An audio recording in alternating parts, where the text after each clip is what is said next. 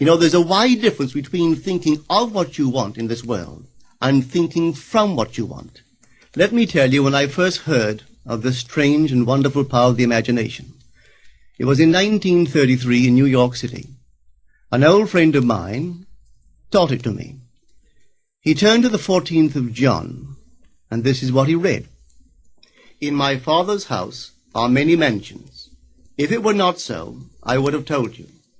I go to prepare a place for you. And if I go and prepare a place for you, I will come again and receive you unto myself, that where I am, there ye may be also. He explained to me that this central character of the Gospels was human imagination. That mansion was not a place in some heavenly house, but simply my desire.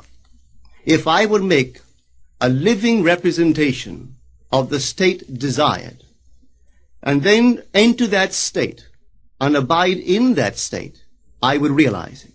At the time, I wanted to make a trip to the island of Barbados in the West Indies, but I had no money. He explained to me that if I would that night, as I slept in New York City, assume that I was sleeping in my earthly father's house in Barbados, and go sound asleep in that state, that I would realize my trip. Well, I took him at his word and tried it. For 1 month, night after night, as I fell asleep, I assumed I was sleeping in my father's home in Barbados. At the end of my month, an invitation from my family came, inviting me to spend the winter in Barbados. I sailed for Barbados the early part of December of that year. From then on, I knew I had found this Savior in myself. The old man told me that it would never fail.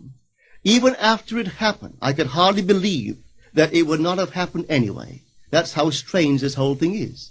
On reflection, it happens so naturally. You begin to feel or to tell yourself, well, it would have happened anyway. And you quickly recover from this wonderful experience of yours. It never failed me if I would give the mood, the imagined mood, sensory vividness. I could tell you unnumbered case histories to show you how it works. But in essence, it's simple. You simply know what you want. When you know what you want, you're thinking of it. That is not enough. You must now begin to think from it. Well, how could I think from it? I am sitting here, and I desire to be elsewhere.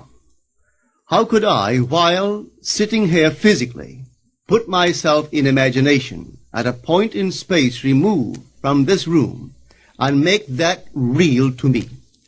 Quite easily. My imagination puts me in touch inwardly with that state. I imagine that I am actually where I desire to be. Now, can I tell that I am there? There is only one way to prove that I am there. For what a man sees when he describes his world is as he describes it relative to himself. So what the world looks like depends entirely upon where I stand when I make my observation. So if, as I describe my world, it is related to that point in space I imagine that I am occupying, then I must be there. I am not there physically, no, but I am there in my imagination. And my imagination is my real self. And where I go in imagination and make it real, there I shall go in the flesh also.